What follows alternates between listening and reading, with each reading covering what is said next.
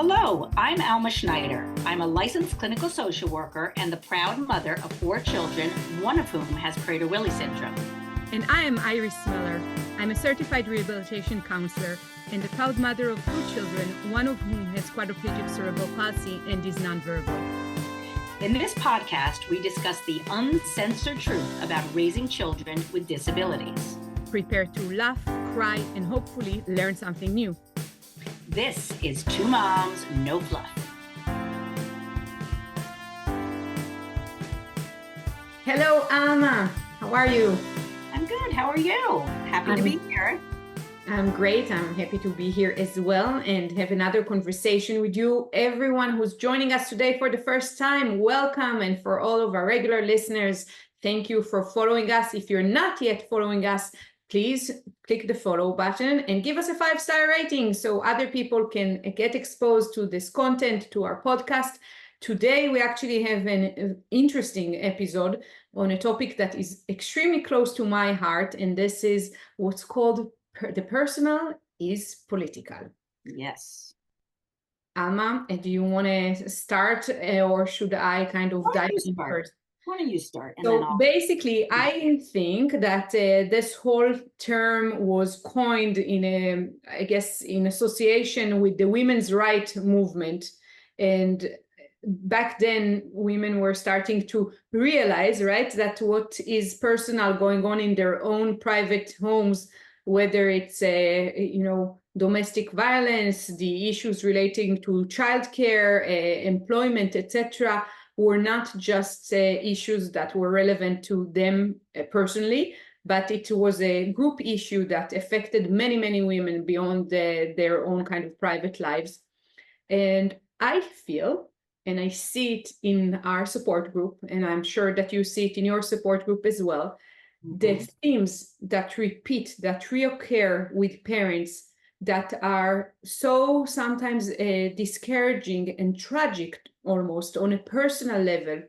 But then you see the commonality that same sad story repeats itself dozens of times with different families, different locations, different histories, maybe sometimes different disabilities that their children are carrying. And you understand that this is no longer a personal issue, this is a political issue. Yes. And many times, we sit in our support group and we all share a moment of maybe common grief. I hope that in those circles, we can really move the grief, the sadness into anger, and the anger into activism and action and advocacy, so we can change the world for the better. Absolutely. You couldn't have said it better myself.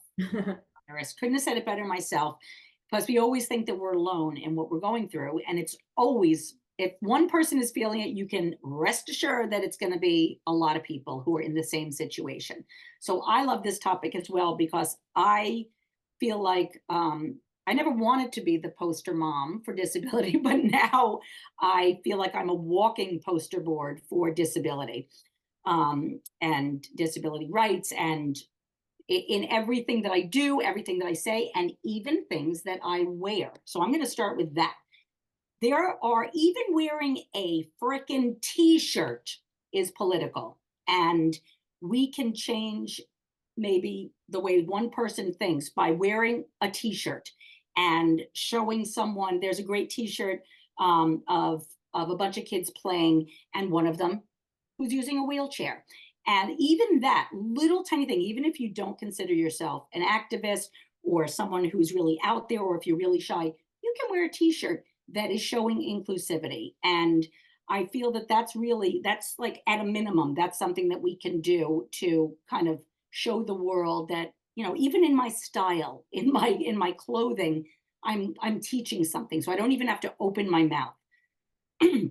Something else that I do that is, that I feel that is promoting inclusion is talking about my kid to anybody who will listen. And that means to my family members, that means to my friends, that means posting it on social media, just talking about different things that go on and different things that I'm doing. For example, the Disability Pride Parade.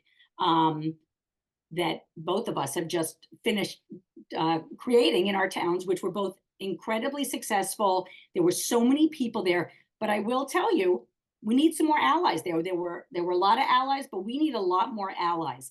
And it can be disappointing that people that we know, or people that we work with, or people that or even are in our family, it's important that they show up, and it's important that we let them know that it's important that they show up. It's not enough to just say, oh, that's so great that you're doing that. We need people, we need bodies there. So having a conversation with everybody, talking about shows that our kids are in, talking about the Disability Pride Parade, talking about um, rallies at schools, protesting about the fact that there aren't enough paraprofessionals, or that they're not getting paid enough. These are activities that may sound, they could be in a small town, they could be, in New York City or some big city, but simply attending one of those is a political act. Telling friends about it, even if you can't attend, telling friends about it can be an act of activism. So just in your everyday conversations, bringing these things up is something that is powerful. Back to you, Iris. Alma, I really empathize with everything you said about the Abilities Parade specifically, because here, as I was talking to many people, because it was our first ever Abilities Parade, it was very hard to convey the message that it's not an event that you come to with your child with a disability alone. No, you bring the grandparents and the teachers and the physical therapist, everyone who's involved in your child's life, who cares about your child, needs to be there to support this movement. And this is the best opportunity, I think, a parade like that for disability visibility.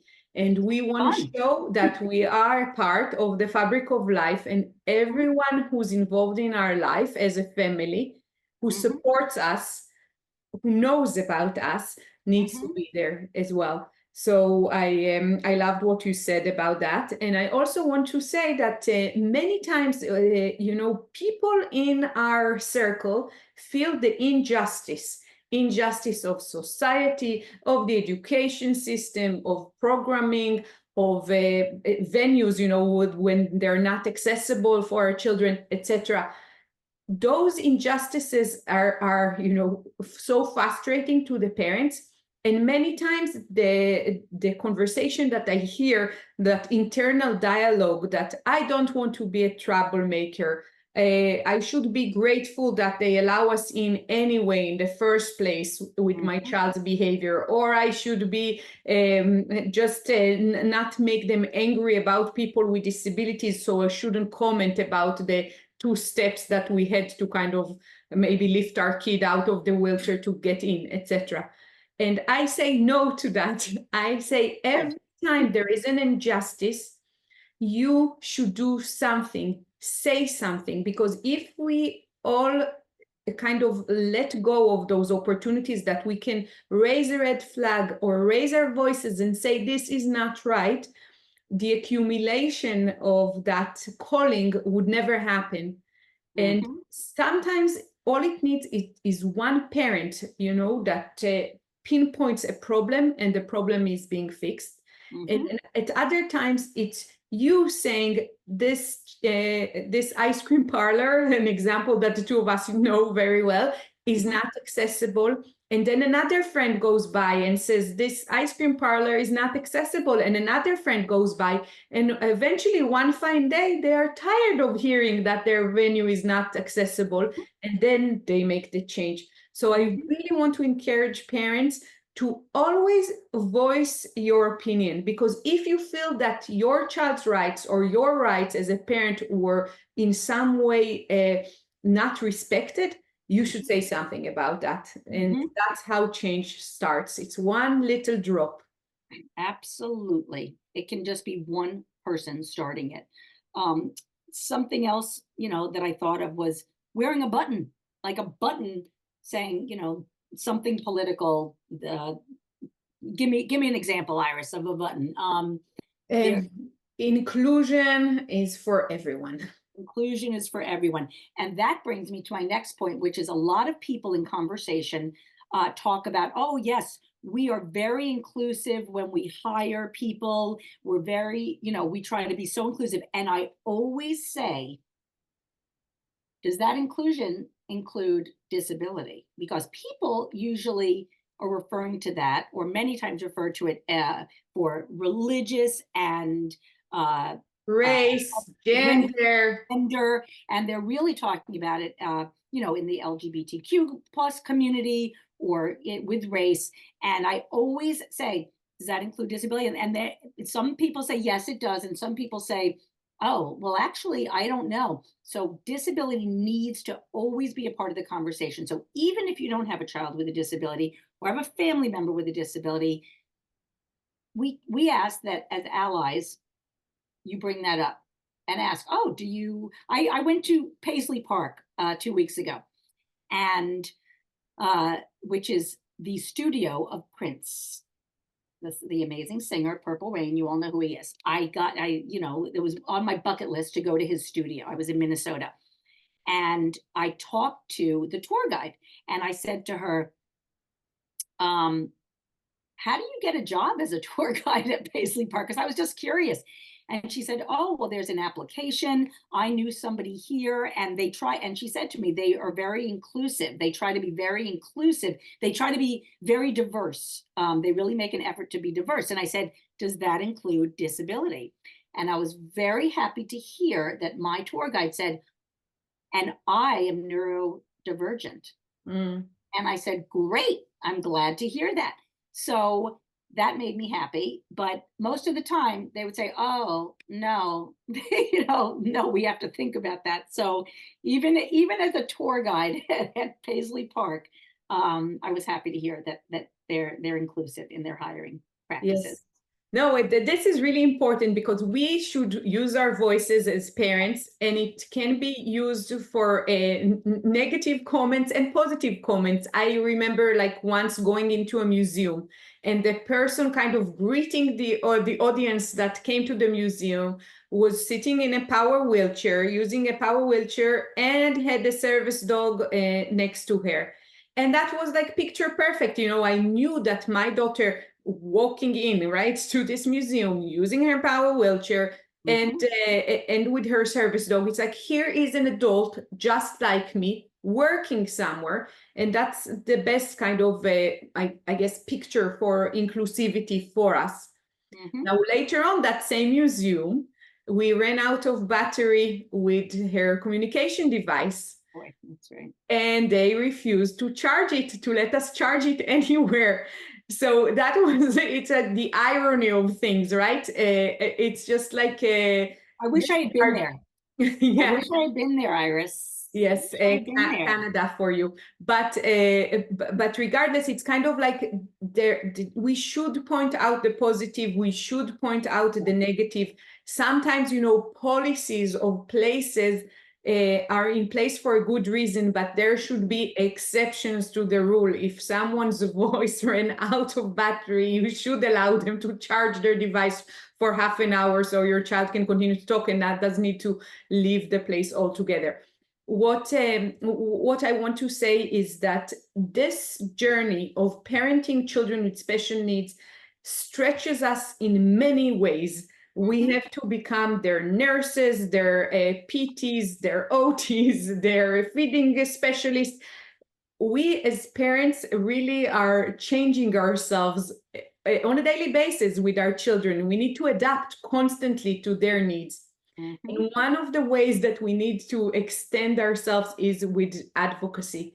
And I know people told me once, someone in my group, oh, it's natural that you would host a group because you're such an extrovert. And I'm just like, I'm an extrovert for you. I made that leap, to allow a better society, a better community for myself even. So it's just, I want to say that people are shying away from opportunities to get involved, maybe politically, but we can't avoid it with our children. We have to. Right. And especially that it reminds me of even just being present, like like you mentioned, like being in a wheelchair, you can't avoid it, people see it, but go to the movies, go to shows, theater, go anywhere, go to the local supermarket with your child. Don't shy away from that. Even if your child has behavioral issues and is having a tantrum, we all get so embarrassed and so self-conscious when this happens. But if we can make the mental shift to think about this as a political act and as something that, instead of feeling shame or embarrassment or feeling so self-conscious, to be able to shift gears and think about this as being, remaining calm, because this is allowing people to see what it's like at home and what it's like out in public. And if need be, I mean, I don't know how you feel about this, Iris, but if somebody rolls their eyes or says something, you could say, discreetly, like, my child has autism. How would you deal with this situation? I get a little bitchy. I'm not gonna lie. Like, sometimes I'm pushed to that point, and I'll be, contained about it and not start screaming at them. But I will bring up, you know, Yeah. I will explain a little bit so that can, because oftentimes people really don't know that this is something that the child can't control. So simply say, but remain calm. Oh, he has autism. Or, oh, you know, he can't regulate his emotions. But just turning, because, and that's really more for the, that's political, because you're raising awareness, but you're also toning down your anxiety or, discomfort by looking at it in a different way, that this is explaining something to the world. Right. And Alma, I salute and adore parents who are able to do that. And I know quite a few parents like that. I personally, necessary disclosure, cannot do it. Not my daughter does not have tantrums or behavioral issues, but I, as a person, am like a deer in the headlight. If I need to, on the spot, come up with a good enough answer, especially in English, this is a total disaster. I would fail the person, my child, and myself. So people need to also know their abilities or lack thereof. Yes. For me, retrieving something smart to say in return when people ask me odd questions, like that story about the person who asked me about my daughter being in a stroller. Are you going to keep her in a stroller for the rest of her life? And I'm like, yeah, she is quadriplegic. So basically, I would be, I'm sorry, go ahead. There's so many, in retrospect, so many smart answers to say and educate, but on the spot, I'm just so shocked by people's comment that I cannot do that. Yeah, and in that situation, I totally get that, and I've been there as well. But when certain themes come up a lot, I would recommend, and I understand if people can't do it, and nor should people have to do it. In this society, we should not have to be educating everyone. However, if you go back and you think, God, I wish I had said this, I wish I had said that, if that is how you feel, I would recommend having pat answers, that you plan ahead.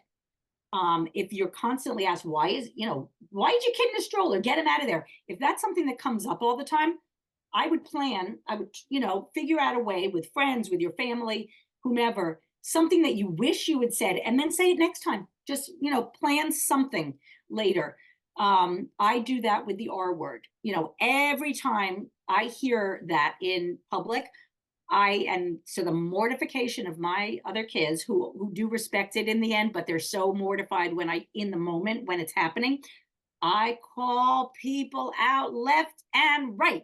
And I tell them how hurtful that is, and that is a term that is not used.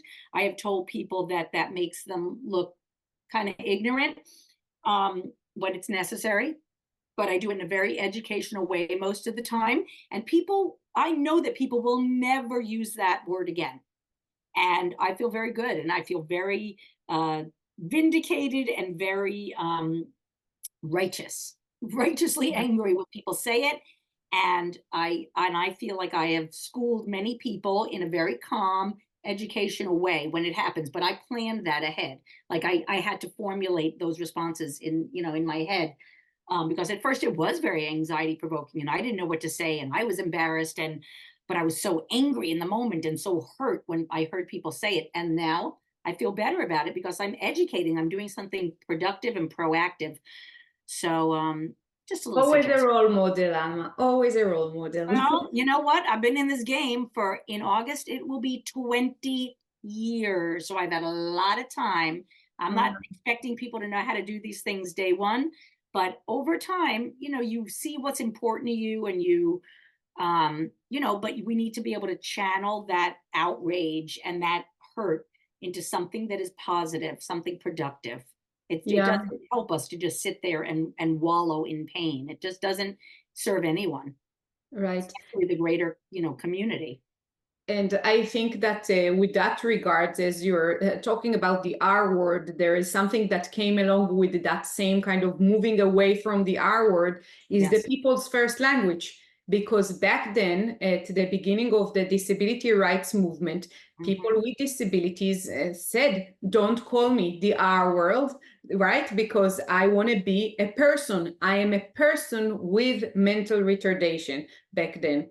And then today, it's almost mind-boggling that there's so many, I guess, new disability groups that are asking to be called first the disability. And I'm just like, for me, it's really painful in terms of social change and activism point that people with disabilities should always be people first, and then the disability is something that they are trying really to incorporate as they are fighting for, the civil rights that so many people with disabilities, the basic civil rights that we're still fighting for. And I like the quote that we always use, that disability is the uninvited guest to the social justice table. And as we see, like all of those movements, as you mentioned before, for gender rights and race rights and ethnic and religious affiliation to kind of like integrate all of those groups, we still have disability as the largest minority group in the United States and still the most discriminated against. It's almost mind-boggling that the basic right of entry to so many venues is literally blocked to so many users just because of physical accessibility. I'm not even talking about attitude and approaches and stigmas and all of that.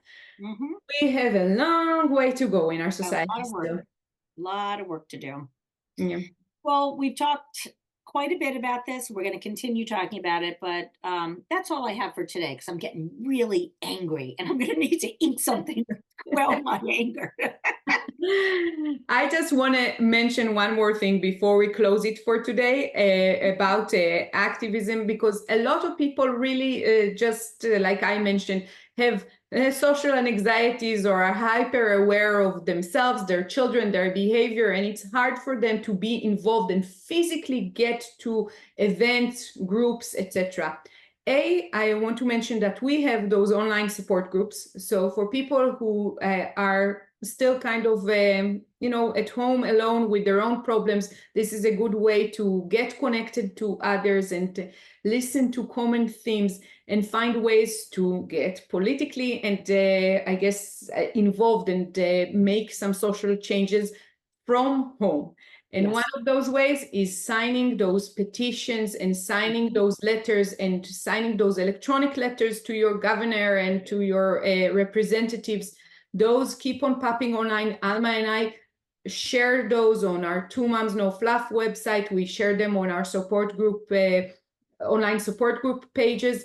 And if you see things like that, whether your child has spina bifida or not, you should sign as an ally to other parents in the group that do have spina bifida, because today it's spina bifida and tomorrow, let's say, it's Prader-Willi syndrome. And we need to amplify the voices of others by signing, participating, and actively working on improving disability rights altogether. Yes. Amen, Iris. Amen. There's so much that can be done. There's so much that all these little things can really help. All right. Well, thank you so much, Iris. Another scintillating episode by Two Moms No Fluff. Hope to see you next time, and thank you for tuning in. For more information, please go to www.twomomsnofluff.com. Thank you. If you like this podcast, please subscribe and give it a 5-star rating so more people can hear it. Thank you.